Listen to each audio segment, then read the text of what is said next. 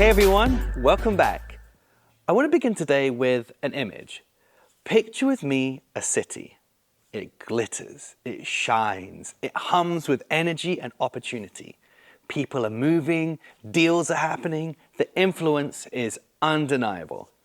Everything looks successful on the outside. But underneath the beauty, there is a different atmosphere, a pull, a seduction, a spiritual current that slowly shapes the hearts of the people who live there. That city is what Revelation calls Babylon. Babylon shows up again and again in the Bible. The Tower of Babel, the Empire of Babylon that conquered Israel, the wealth and power of Rome in John's day, and in Revelation, Babylon becomes the picture of a world system that tries to win your allegiance away from Jesus. So as we open Revelation 17 and 18 today, I want you to hear this not as ancient history or distant prophecy, but as a story about right now. A story about your heart and mine. Because Babylon is not just a place, it is a pattern. It is a spiritual pull that exists in every culture and every generation. Revelation is trying to help us see that two kingdoms are always competing for the loyalty of your heart. The kingdom of the Lamb and the kingdom of Babylon. And the question isn't, which kingdom do you say you belong to? The question is, which kingdom are you practicing your loyalty to one decision at a time? So today, I want to tell you two stories woven through Revelation. One story is about how Babylon pulls us away from Jesus. The other is about how faithful people overcome Babylon. Let's walk through the first one. The slow pull of Babylon. When John describes Babylon, he doesn't picture a monster with claws. He pictures a seductress, someone who is elegant, compelling, persuasive, and deeply dangerous. He says Babylon makes all the nations drink the wine of her passion. In other words, Babylon does not conquer you with fear, she wins you over with desire.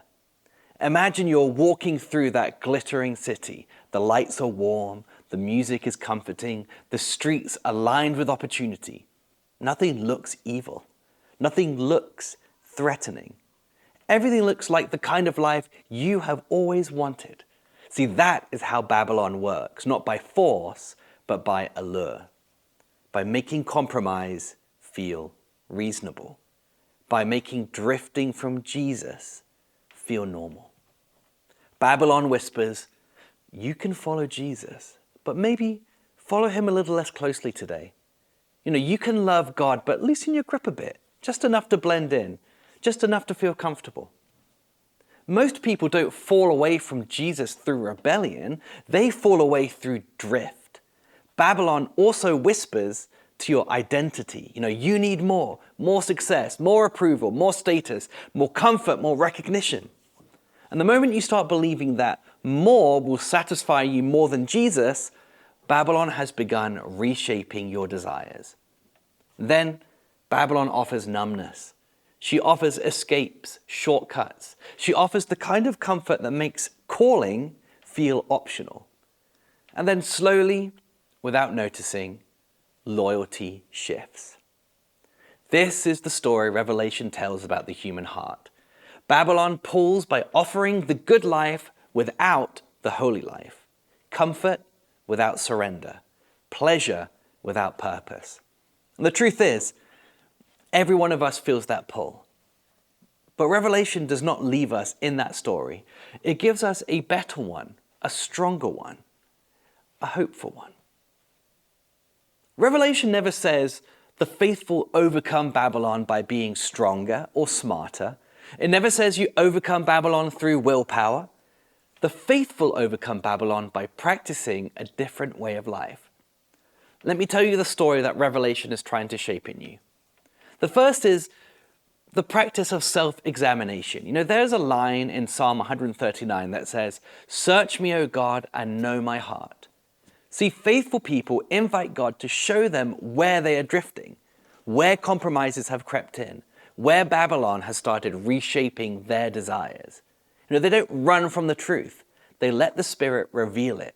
because awareness is the beginning of freedom. Next, refuse to walk alone. Babylon thrives in isolation. The Lamb thrives in community. Faithful people invite accountability, not control, not shame, but love. They let someone see the real story. They let someone say, hey, I'm with you. Let's stay loyal to Jesus together. John Wesley once said, believers should watch over one another in love. You overcome Babylon not by standing alone, but by standing together. Third is the gift of contentment. Now, contentment is not passivity, it's spiritual strength. No, Paul says, I've learned to be content, whether in plenty or want. Contentment trains your heart to say that Jesus is enough. And once your soul believes Jesus is enough, Babylon starts losing its power over you. And then fourth, live with the end in mind. Stephen Covey's funeral exercise is simple but powerful.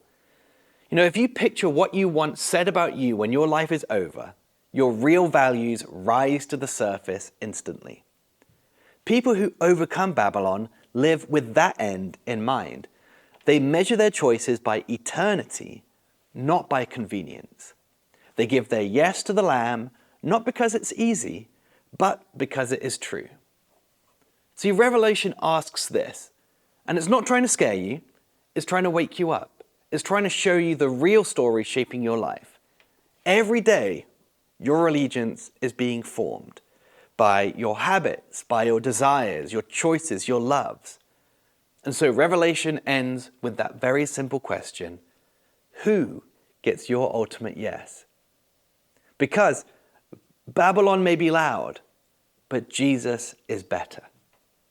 Babylon is alluring, but Jesus is satisfying. Babylon promises pleasure, but Jesus gives life. Babylon will fall, but Jesus reigns forever. All right, that is where we'll pause today. Your host is going to lead you in a discussion, and I want you to think honestly about this question. Where is Babylon pulling at you the strongest right now?